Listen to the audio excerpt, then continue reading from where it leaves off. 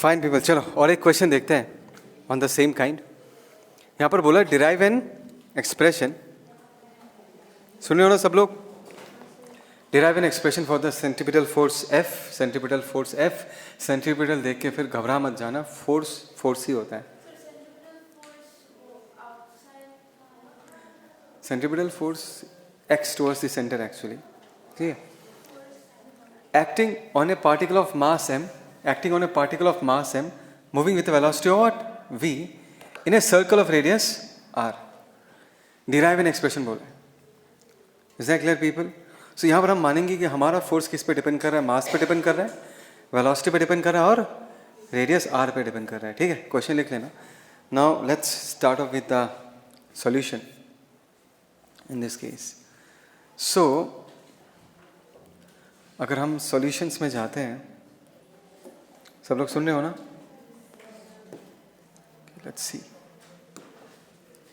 So people, यहाँ पर बहुत ही सिंपल है.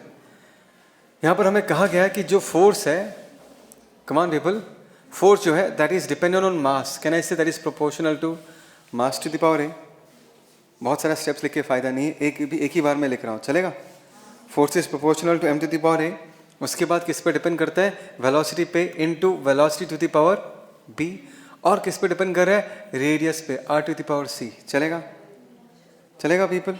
Now if I remove the proportional sign,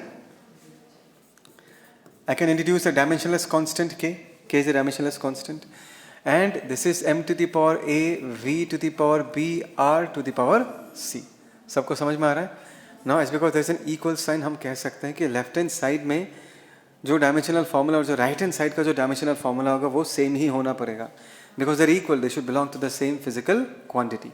so in this case dimensions of f should be same as dimensions of k, m to the power a, v to the power b, r to the power c.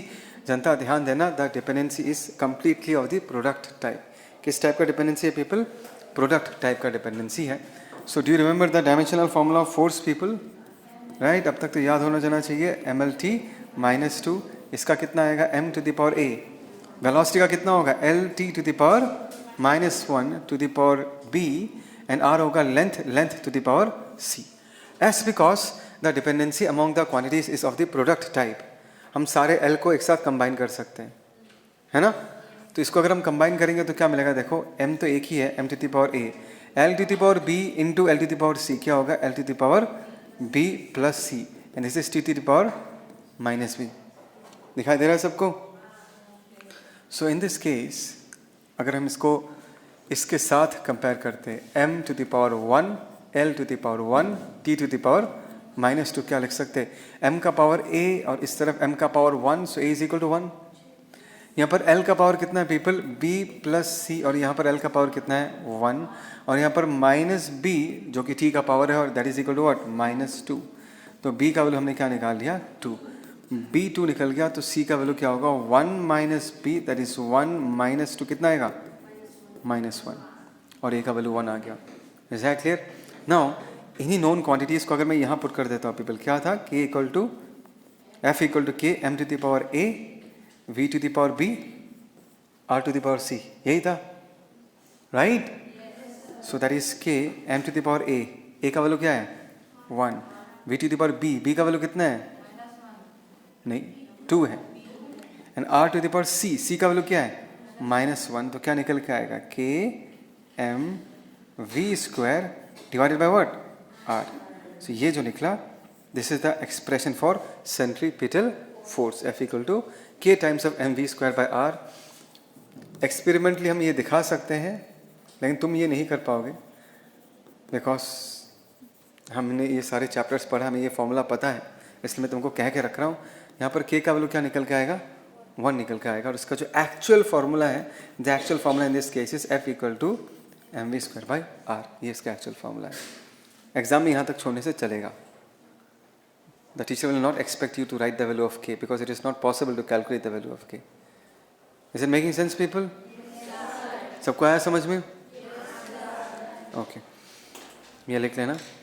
And उसके बाद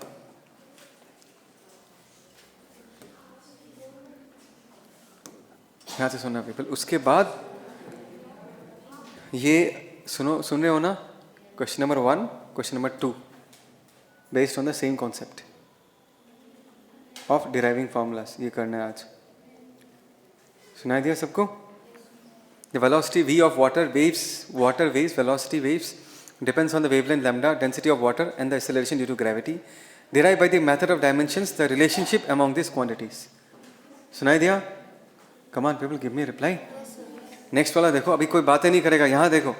Assuming that the mass m of the largest stone that can be moved by a flowing river depends upon the velocity v, rho the density of water, and g the acceleration due to gravity, show that m varies with the sixth power of the velocity of the flow. मतलब m किस पे depend करेगा? Velocity to the power 6. ये prove करना है तुम्हें. तो एक बार तुम अगर डायमेंशनल फार्मूला निकाल लोगे, not dimensional formula, actual formula निकाल लोगे, उसमें तुम्हें देखेगा कि mass is proportional to v to the power 6. वो प्रूव करना है. समझ में आया? अभी ये 2 क्वेश्चंस को लिखना है और अभी जो करा है उसको कंप्लीट करो. ठीक है? So we are done for today. आज के लिए इतना ही.